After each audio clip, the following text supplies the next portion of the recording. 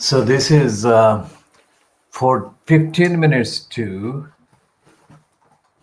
1 GMT in the afternoon of Thursday, the 17th of September 2020. Now, this is an updated commentary in the diagnosis of the media.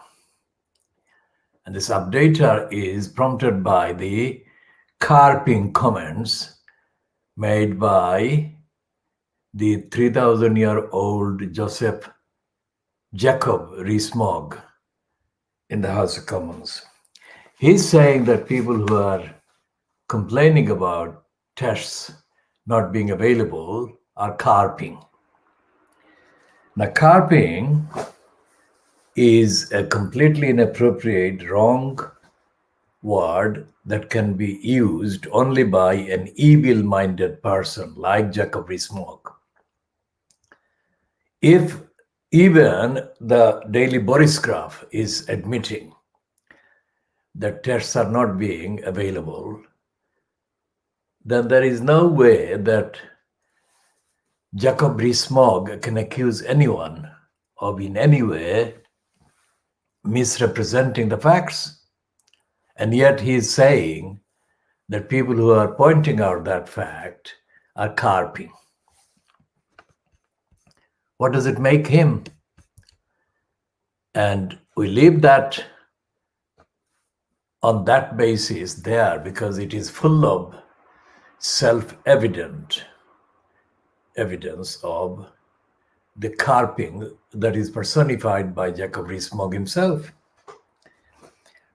And we are moving on to taking a look at what is available in terms of the absence of accountability in this country.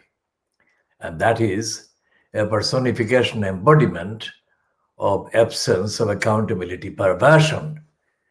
Jacob Rees-Mogg has personified and is a perversion of accountability, of transparency, of honesty, of integrity, of solidarity, of universality, of democracy, and of ethics and of morality. Now, is there any alternative to the likes of Jacob Rees-Mogg? And is there an answer to the likes of Jacob Rees-Mogg? And the answer to that question is to be found after a great effort in locating the evidence and in establishing the veracity and the reliability of that evidence. So where do we find the evidence of alternatives to the evil personification and perversion as Jacob Rees-Mogg actually represents? Because surely this is just a representative example of the agenda of denial. Because when he commented previously about the victims of the Grenfell Tower massacre, Jacob Rees-Mogg said that the victims died because they didn't use common sense. This is a very seriously, dangerously irresponsible and lethally unfit person to hold any public office. And I think that the absence of the Labour Party in response to Rees-Mogg's latest evil perversion shows the desperate need for an environment to be created that actually addresses this kind of perversion and protects society from this kind of perverse taking over positions of government power. This is coming in the afternoon within a few hours of Jacob Rees-Mogg making that perverse statement. And there is nothing so far that I have been able to locate in the kind of social media, internet accounts or networks that deals with the personification of carping. that is Rees-Mogg. The Independent is saying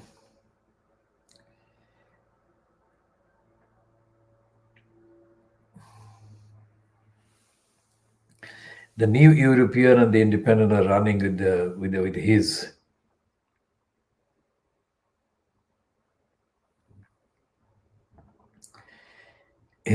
carping comment. Let's see what is the latest.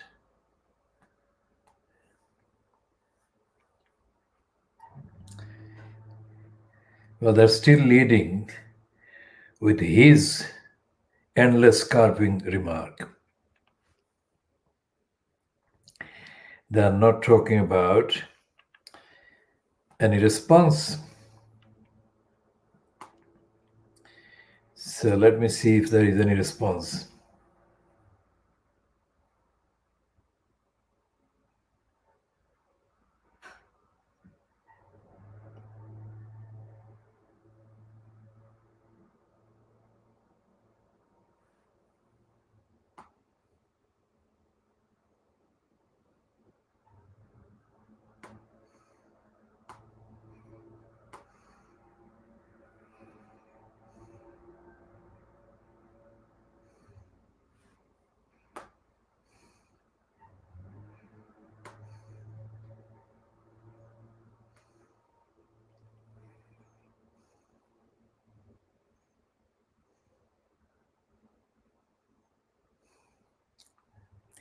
Now he's the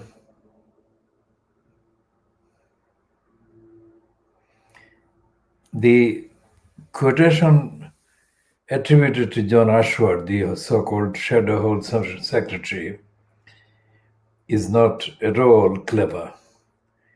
It's an enigma in itself. It's become not so much test and trace, more like trace and test. This is enigmatic, too enigmatic to have any impact. And speaking in the Commons, Labour frontbencher Valerie Baz questioned why the head of the government's coronavirus test and trace program, Dido Harding, has not spoken in public since August. The shadow Commons leader added the number of tests returned within 24 hours has fallen from 68% to 8%. It seems to be all talk and no test. And Rees-Mogg replied that the success should be celebrated. I mean, Rees-Mogg is completely unquotable. He is that bad. He is that dark and he is that stupid. And it is absolutely a telling statement about the state of darkness that Britain has been brought to. That the likes of Jacob Rees-Mogg and the likes of Boris Johnson and Dominic Cummings are part of the government, part of the front of the government. Now, where do we begin the process of reversing this and replacing this with an accountability culture? From East London, we can start from East London and we can start from the local council. Where is the local council kind of reliable in terms of accountability? And the answer is none. No, there is no reliability whatsoever about the council. And the council has got a kind of protest scheduled for this Saturday against itself about the road blocking and the pedestrianization kind of assault. But as I said before in the previous edition, we'll be going into details. Now, the organizers, whoever the organizers are, they haven't been declared by name as such, but whoever organized the venue, which is in Old Street, They're starting in Old Street. Now, they cannot have been thinking about Brick Lane because the blockade of the Brick Lane, the Bangladeshi part of Brick Lane, by John Biggs, has been calculated to disable or destabilize and kind of make the part unusable, and in terms of movement, in terms of freedom, unworkable. So why has the protest been kind of organized in a way that it is kind of, the assembly point is somewhere in Old Street, which is way, way away from Brick Lane. And that is where the lack of connection actually is exposed. While Lutfur Rahman was in post as mayor in the name of Tower Hamlets, his kind of supporters, within quotation mark of course, always said things that shade that he was kind of doing new things that nobody else had done before, that he was introducing things that nobody had done before.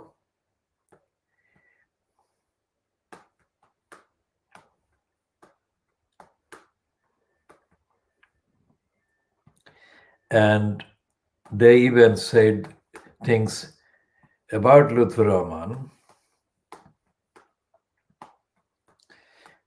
that were totally, absolutely untrue.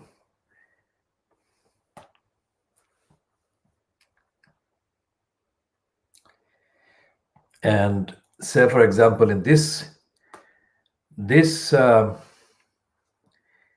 post dated 29th of January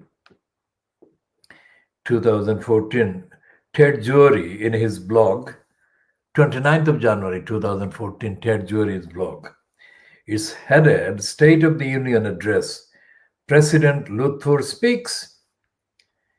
Now that is obviously a taunting kind of headline and a taunting piece.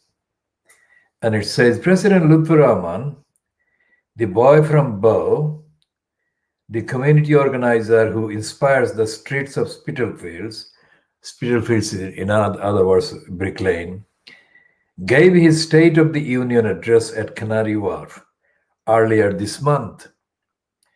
It was so good, the whooping crowd immediately reached for their pockets and gave him £56,000. That is what Ted Jury is saying, but that he's saying with a pinch of salt. We'll come to that in a minute, and I'll come to the detail of that lie. Who says beggars can't be choosers? Here is what his martyrship had to say. Good evening, everyone. I'm honored to be here tonight to report back to you on my 3 years as mayor of Tower Hamlets. Before I do, I want to thank everyone who has been part of the journey, my councillors and colleagues, my friends and supporters from across the spectrum in Tower Hamlets, the community groups and faith organizations that are the backbone of our public life. Everyone on my team has worked so hard to deliver the change that the people of Tower Hamlets voted for and the people of Tower Hamlets deserve, and so forth. He did not get voted for any change whatsoever, except for a change for the worse.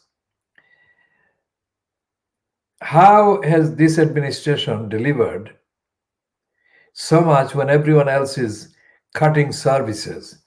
And where do we find the money when we have seen £130 million in cuts in just 3 years? I'll tell you. And then he says, while others have simply been slashing services, we have been transforming the council from the ground up, challenging old and inefficient ways of doing things, shifting our resources to better serve our residents, working tirelessly to find out what our community truly needs, pushing the council to respond and effectively wherever those needs are not met. The rest of it is complete pack of lies. All of it is lies. Lutfur Rahman, if he read this as a prefabricated, pre-agreed pack of lies. He did not deliver anything that was needed. It was a mechanical kind of spiel. Some liar or liars sat down and wrote that one for him. He didn't write it. He cannot write a speech, full stop.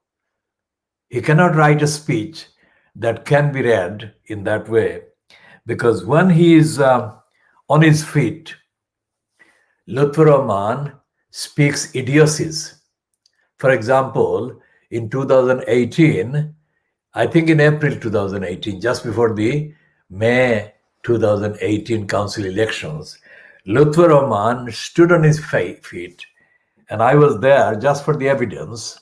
I was there to actually suffer the experience because for the sake of evidence. And Lutfur Rahman spoke idiotically. All the people there that I could see were Bangladeshis. So it wasn't a mixed kind of gathering of people from all backgrounds into our hamlets. It was all the Bangladeshis, and most of the people that I could see were kind of personally, politically ignorant. I had never seen them anywhere in political action or campaign or anything.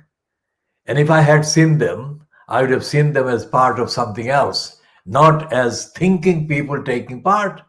Most of the people there were part of a zombie collection or zombified collection. Remember, this part is about discussing where we find the accountability narrative and the culture of accountability. So Lutfur Rahman spoke idiocies. It wasn't a speech that related in the slightest to what was going on in Bara. And it most certainly was kind of based on his total and utter denial of what he was or what he had been kind of branded as and consigned as. He made completely stupid series of statements that had nothing to do with anything. So this spin that is still on the online account of the blog Trial by Jury could have been written only by somebody else or a number of other people, because they do dishonestly, untruthfully, unjustifiably, but they do create a connection between events. But he didn't write this. That is the point. When I presented for the sake of records, for the sake of records a question on the 3rd of July 2013 to the so-called mayor's cabinet meeting, chaired by Lutfur Rahman,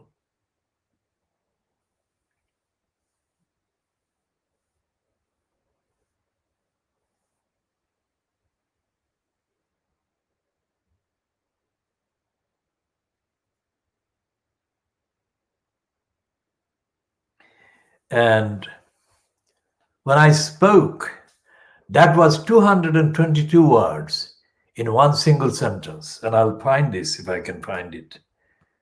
And I shall read this for the record here about what I am talking about.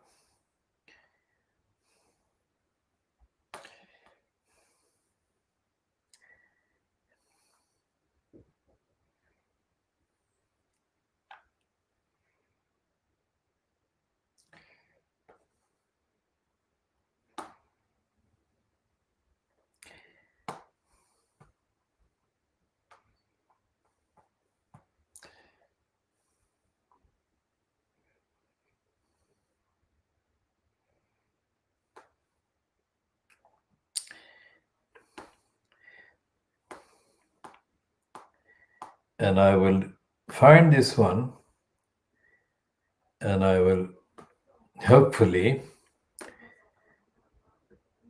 yes.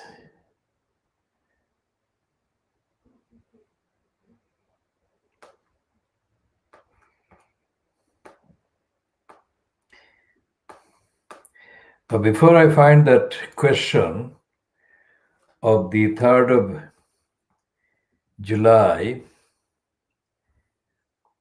2013, I will discuss one of the most corrupt, lying employees in the London Borough of Hamlets Council. That liar is called Jackie Odune or Odune, whatever the pronunciation. And Jackie Odune or Odune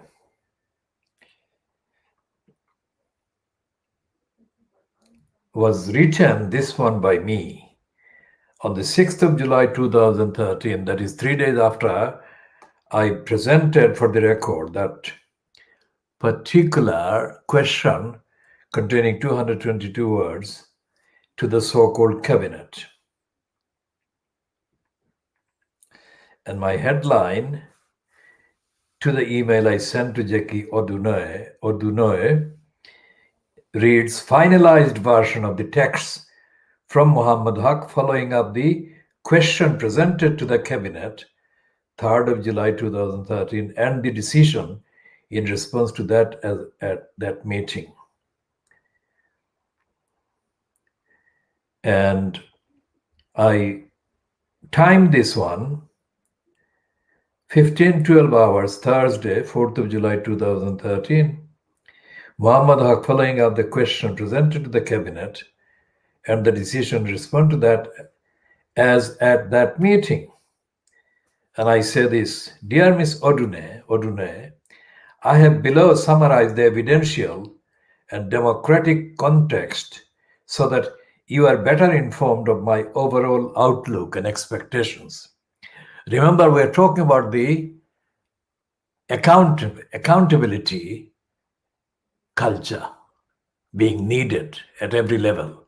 And we're talking about Tower Hamlets Council being one of the worst areas, councils, that needs an accountability culture the most and the most urgently. And this is dated several dates in July 2013. So I read again, I have below summarized the evidential and democratic context so that you are better informed of my overall outlook and expectations. I'm able to confirm that since my presentation of the formal question, which had been compressed into 220 words due to the time restrictions imposed by the Council on such presentations, I have been in communication with Ms. Louise Fleming in the Democratic Services. My understanding is that she has passed on to you the contact details to get in touch with me. Louise Fleming had passed on to Jackie Odunoy the contact details to get in touch with me, Muhammad Haque. I'm sending you this and copying in all the involved post holders in the council to emphasize that the question was not a sudden event and that it had a solid evidential background of several decades behind it. Remember what I say? Several decades of evidence come into this kind of broadcast called the diagnostic, world exclusive diagnosis of Fleet Street and anything else that is entailed in that diagnosis. So when are you going to be able to follow the statement that was made in your direction by the chairperson yesterday? Chairperson meaning Lutfur Rahman and her direction meaning Lutfur Rahman actually looked at Jackie Odunai and said to act. That is what he said, to act on my question. That is what I'm saying. I am here referring to my conversation with you earlier this year, and that too had references to Colin Cormack, who is named as the council staff concerned with the document that my question yesterday addressed. Yesterday meaning the 3rd of July 2013, and my 222-word question presented for the records to the forum called the Mayor's Cabinet. I am also referring here to the tenants and residents of one estate in Tower Hamlets, whom I am and have been helping in connection with their democratic and representational needs in the context of the council's transfer of housing stock over 10 years or so previously. This is a reference to the tenants and residents of the families in the Trahorn Close, London E1, near Valence Road, London E1, who are by no means the only part of the Tower Hamlets community whose rights have been very seriously undermined and or denied by the organizations, the so-called registered social landlords or the RSLs, to whom control of the Tower Hamlets Council's housing stock had been transferred. My question to the Cabinet on 3rd July 2013, and the premise, PREMISS, not premises, premise of it were based on the factual foundations that had been built on the evidence from the tenants and residents of the Trahorn Close and from others like them elsewhere in Tower Hamlets. Finally, I am here also referring to my question as I presented it to the full council on 26th of June 2013, that is a fortnight, just under a fortnight before, like 10 days, 7 days, 8 days, say. So 1 week before the Cabinet and the question I put there on the 3rd of July 2013. In that presentation on the 26th of June 2013, I had an option for a supplementary question which I could not take to the necessary conclusion.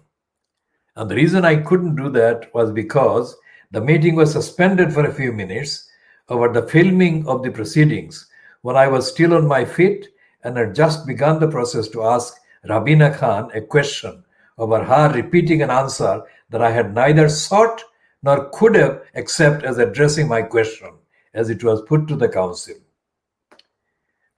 And Jackie O'Donoghue replied on the Friday, the 5th of July, "Dear Mr. Haque, thank you for this further detail on your questions, both at Cabinet on Wednesday and at full council on 26th of June. There are a number of issues here and I am now working on a fuller answer to you. I will respond again by next Friday, 12th of July, as I want to properly check each area of your questions before answering."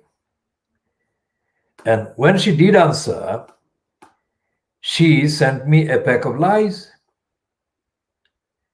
because absolutely nothing she said in her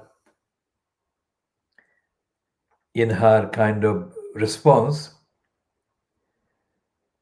and she didn't actually send me the reply by the 12th of July 2013 as she had promised.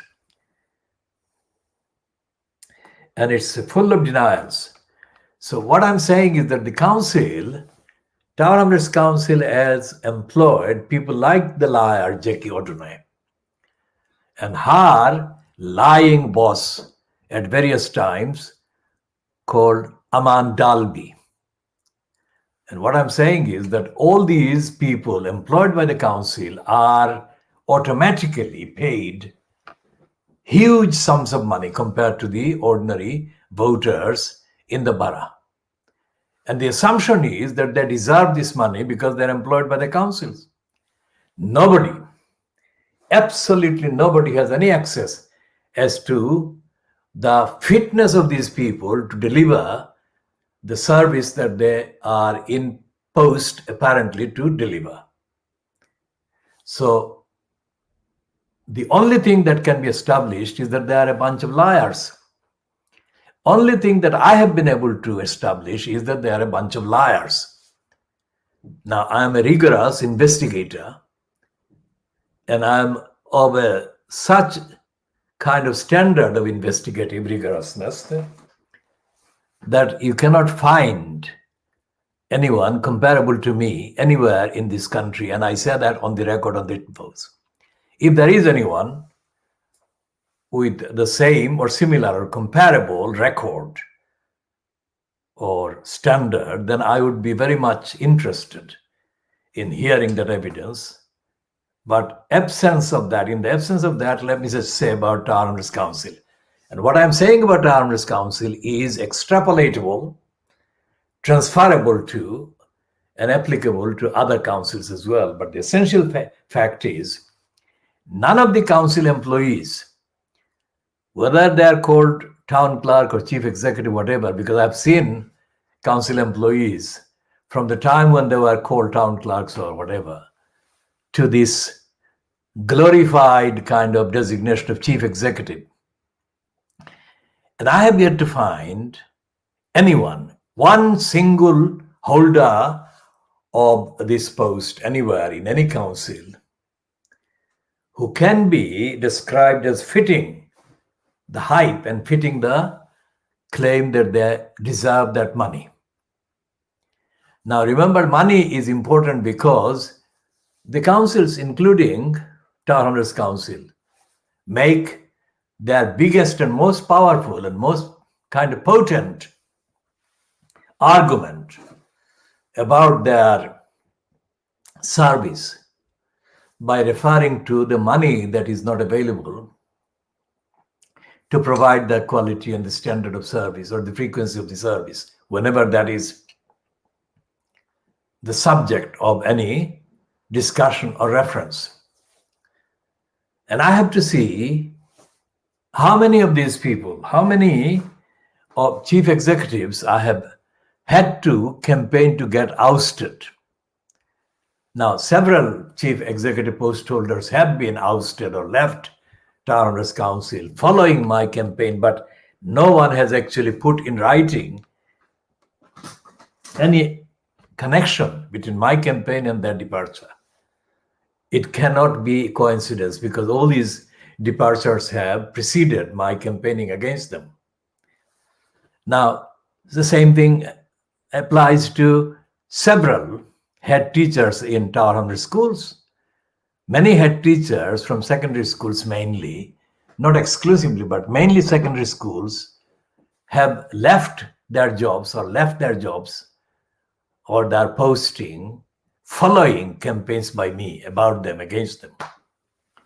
And again, there is no written, publicly accessible acknowledgement or evidence or admission by the school's governors or the local so-called education authority linking those departures with my campaign or my argument or my reasoning for asking for them to be sacked or removed.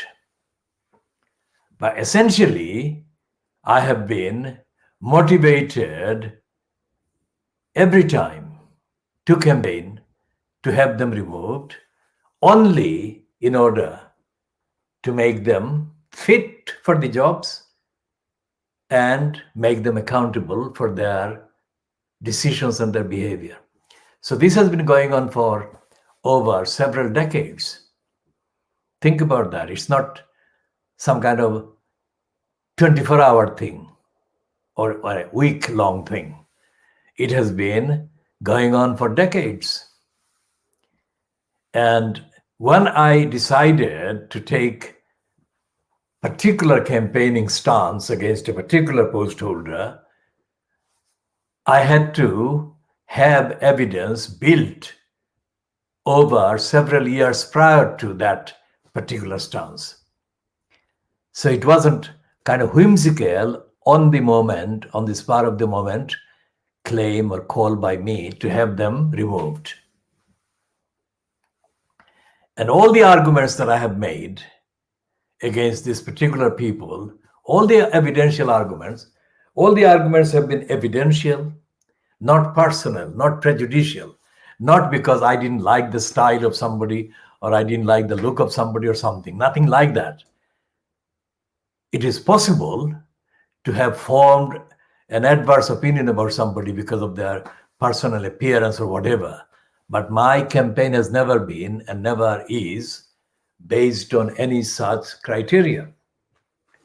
It has always been based on the objective criteria, as objective as I can make it and as objective as can be tested. And the objective criteria is about the fitness of the individual post holder for the particular post and the job required of that post. And based on a collection of all the campaigns and collection of all the criteria and collection of all the individuals, I can say that currently I started nearly 50 years ago this campaign or this campaigning mode. So 50 years later, or at the end of the fifth decade, I can say confidently that everything I said at the beginning of the 50 years long campaigning kind of stretch has been vindicated in essence, not in particular kind of every single word, but in essence, in substance. And I have kind of been shown temporarily, that is in terms of time, in terms of gap of time between 1 year to the next year, temporarily, I have been shown to have been ahead of others, whoever they are and wherever they are from, others who have been intervening or commenting on or making observations about the role of either the head teachers, school teachers, or schools, or council employees, or councillors or council leaders.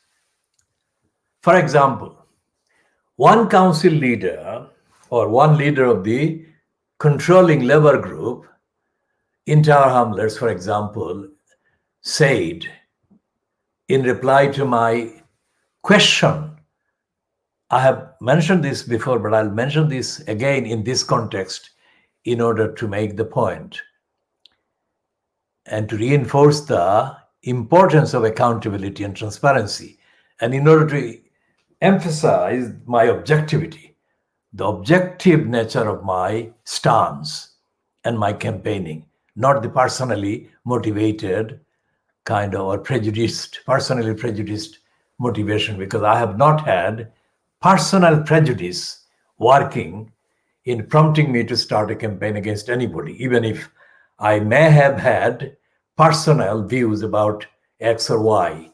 But that has not been the reason why I started the campaign. No campaign has been motivated by my personal kind of prejudice or preference. It is impossible to have had preference against anybody, about anybody who I had campaigned against, but logically that option should be there, available.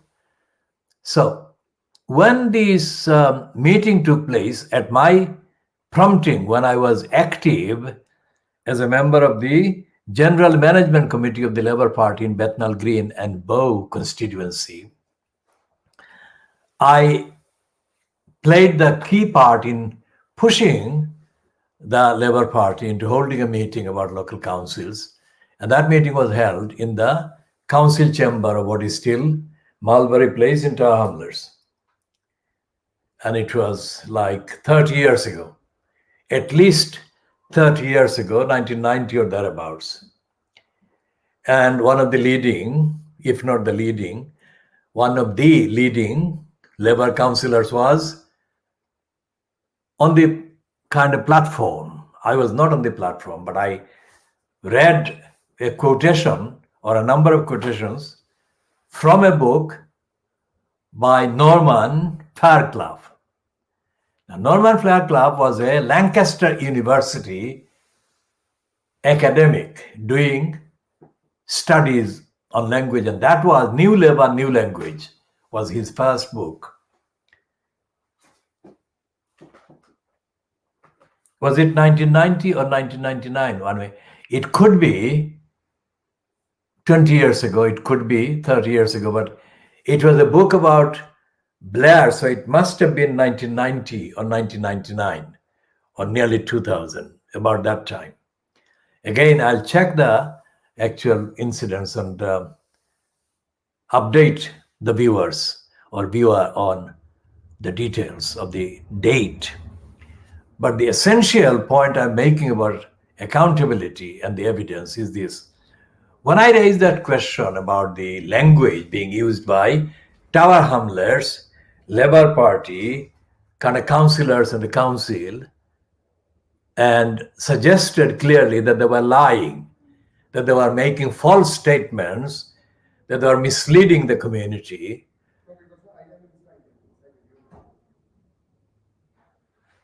the person who stood up and tried to kind of dampen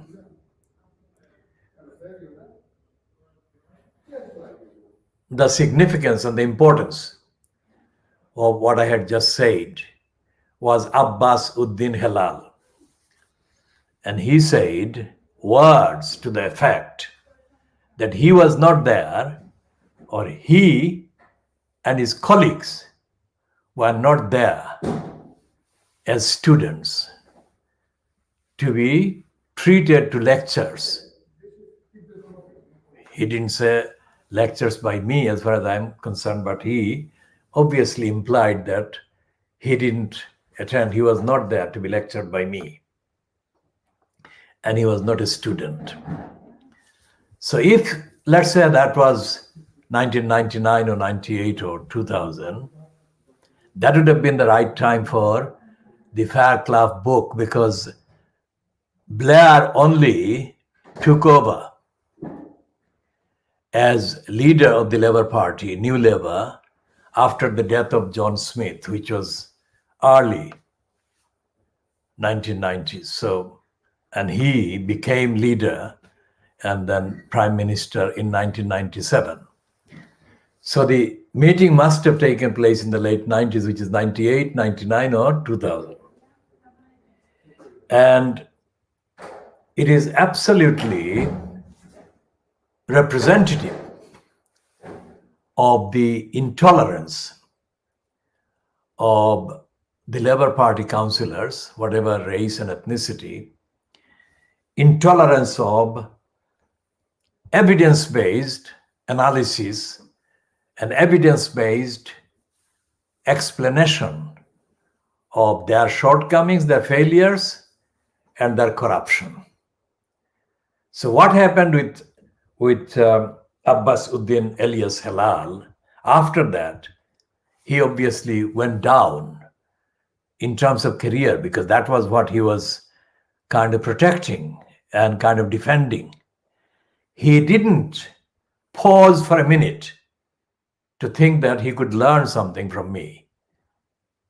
Now, that is not something that I was in need of. I didn't need him to learn anything from me.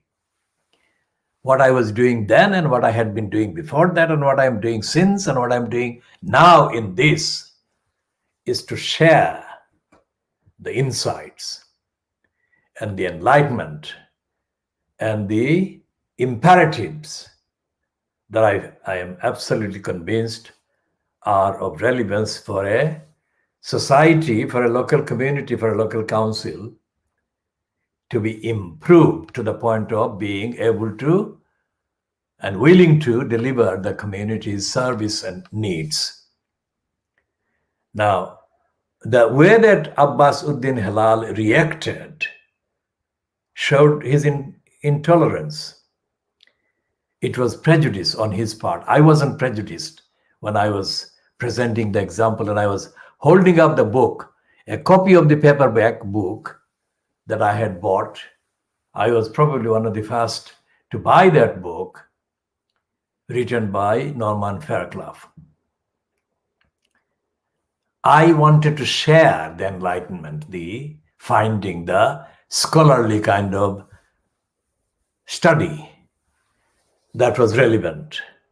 And even at that stage, New Labour and New Language was a new kind of phenomenon in terms of the discussions and discourse that were taking place in public life in this country.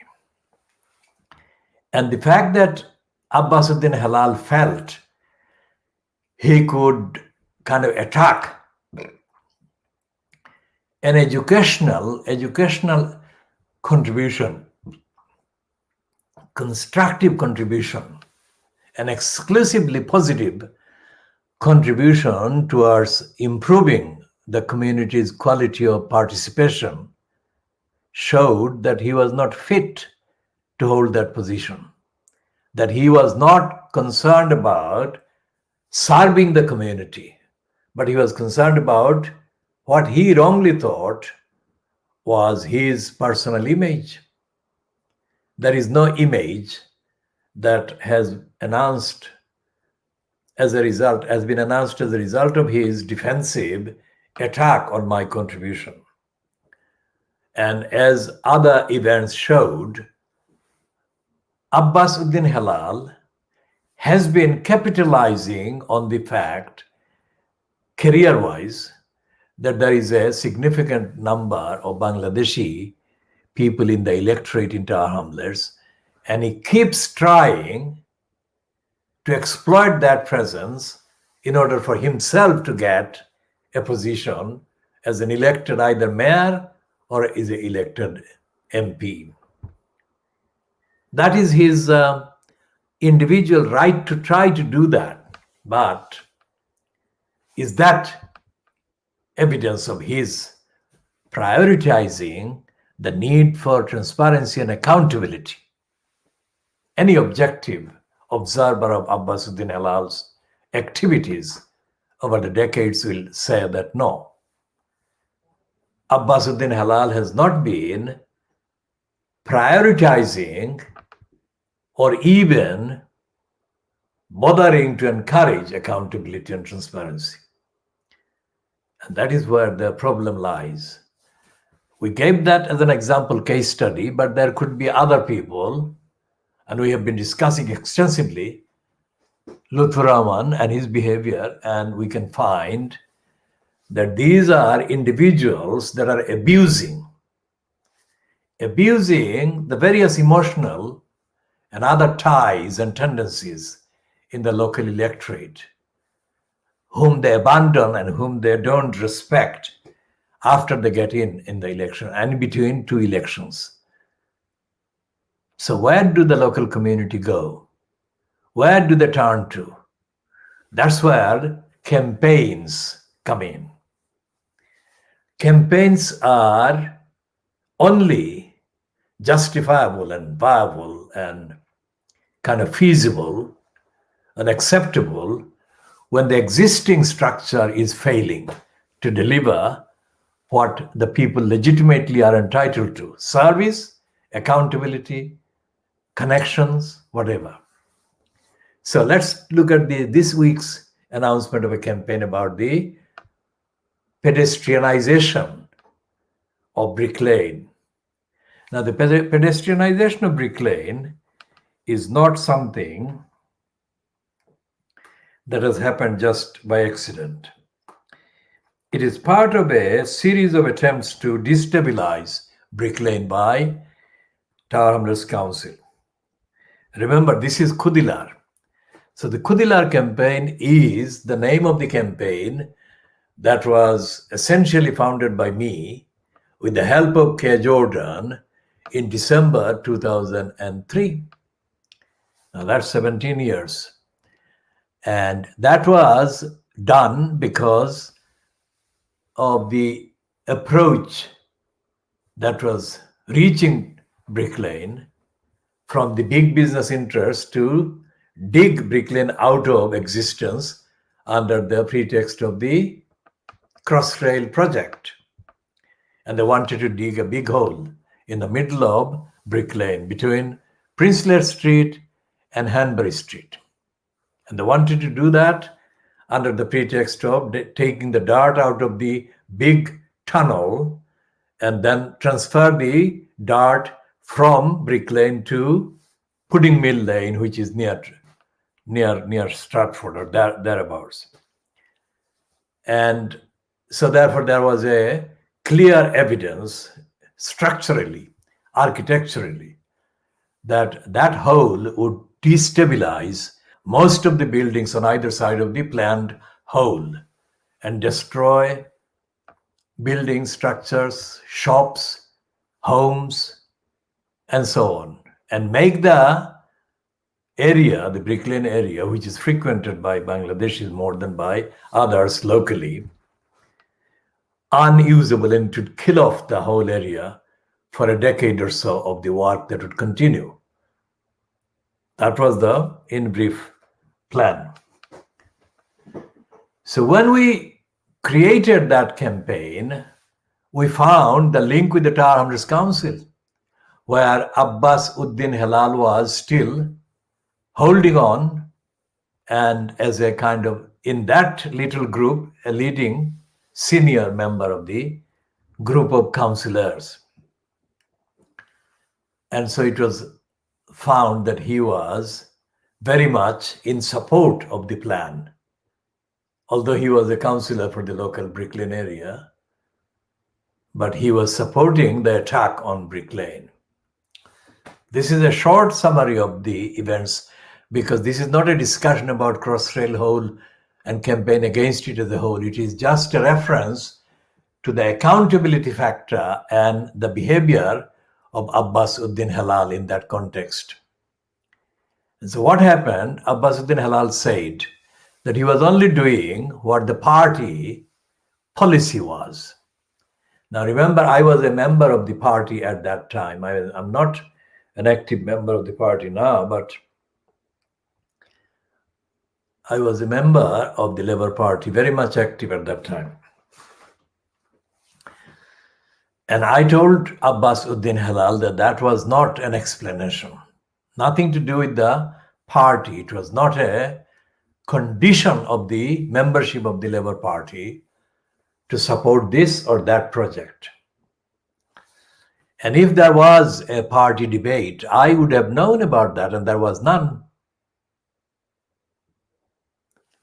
And so I suggested to Abbas Uddin, as well as others in the Labour Party, but Abbas Uddin is being named here in the context, and I said, if he cooperated with the campaign and the community, then we would cooperate with him and let him remain as a kind of recognized local councillor without being targeted. That is essentially what I offered to Abbas Uddin Helal. But it seemed that he was not convinced, and even worse, he was not even interested. Now, according to other statements that Abbas Uddin Helal has made over the years, he knew who I was and how consistent I have been, and how the racists regarded my kind of work and the quality of my work and my commitments. So for him to tell me that he was not interested showed that he really was not interested in working with me or the community, and that he was interested in giving the impression to the racists who control the party that he was more loyal to them than to the community. So there was no reason for us as a campaign to give him any more opportunities. And so accordingly, as part of the overall campaign, we focused our energies and attention on all the councillors that were, we considered, crucially playing the part and playing as stooges for the Crossrail attack on the community. That's what happened. So we zeroed in on Abbas Uddin Helal at a strategic time or two, and we reduced his chances to further his career. Let's put it this way. We reduced his chances to further his career. And he was not accountable. He was not interested in being accountable. He was not interested in any dialogue. So Abbasuddin will get to hear this, and I will ask him to provide his answers, factual answers, chapter and verse. And if I have not included his side, he is welcome to put to me what his side is, and I will take this commentary further. But essentially, let me tell Abbasuddin and anyone else who is banking on making a career or keeping a career as a councillor or as an elected candidate, including Rushnara Ali and Afsana Begum or whatever, must understand this. It's not an individual who will make the devastating decision against their career. It will be the whole community. If the community finds that they are failing the community, then the community will desert them. So if the little lies that Rushnara Ali tells don't appear to be hampering her career, she could not be more wrong, because she will pay the price in terms of career, that is, eventually. And Abbasuddin Halal, if he wants to establish himself again, has a lot to apologize for and a lot to account for. And then he can begin the process. Otherwise, he has no chance. For example, he says that he is against the mayor system, but information reaching me says that he is sabotaging the campaign to have the mayor system scrapped. Let Abbasuddin deny this. And the two persons who requested me to open the two online petitions for scrapping the mayor system have not kept their word. Let them answer. Why? Because I never believed in online petitions, not in that context. I know that online petitions can be effectively mobilized, but in the context of the community in Tower Hamlets, online petitions don't work. So I never set up any online petition in my name or at my initiative or for any of the projects that I initiate, for the practical reason that not enough signatures will be collected for any such petitions. And somebody stupidly started a petition about 10 years ago in the name of Khoodeelaar against the Crossrail hole, and it didn't generate enough signatures. The essential thing is that I never relied on that. So we never missed out on the number of signatures that were needed to create an impact via the online petitions. So online petitions are intended for a particular kind of constituency or kind of membership or target field. The Bangladeshi community is not suitable for online petitions in the context of places like Tower Hamlets, and the ordinary Tower Hamlets community is not either. So those people who solemnly gave me their word and requested me to set up at the beginning of June 2020, these two online petitions should tell me why they wasted my time and why they lied to me. That is the absolute evidence of lack of accountability on the part of these people. And they know who I am referring to, and some of you viewing this would know who I'm referring to. And even if you don't understand it immediately, you can connect by looking back at the evidence and you can see who I'm referring to. And I'm being kind to those by not naming them in this broadcast. But what I'm saying here is about the accountability and the transparency. And the community has to have reliability and integrity in its behavior and conduct. I advocate integrity, reliability, transparency, accountability at every stage. That is the condition on which I take part in any discussion. And that is the condition on which I am doing this broadcast. So the others have to learn to stop lying and stop pretending, because lying and pretending cannot defeat a lying and pretending council like John Biggs fronted, Tower Hamlets Council, and lying cannot stop. If the campaigners against the pedestrianization, the wrongfully timed and ill-conceived pedestrianization of Brick Lane, if the alleged protesters cannot stop lying, then they cannot stop this attack on the community. So we shall be talking again in the next edition, but this is coming to an end at almost 14 minutes to 2 in the afternoon of Thursday, the 17th of September 2020.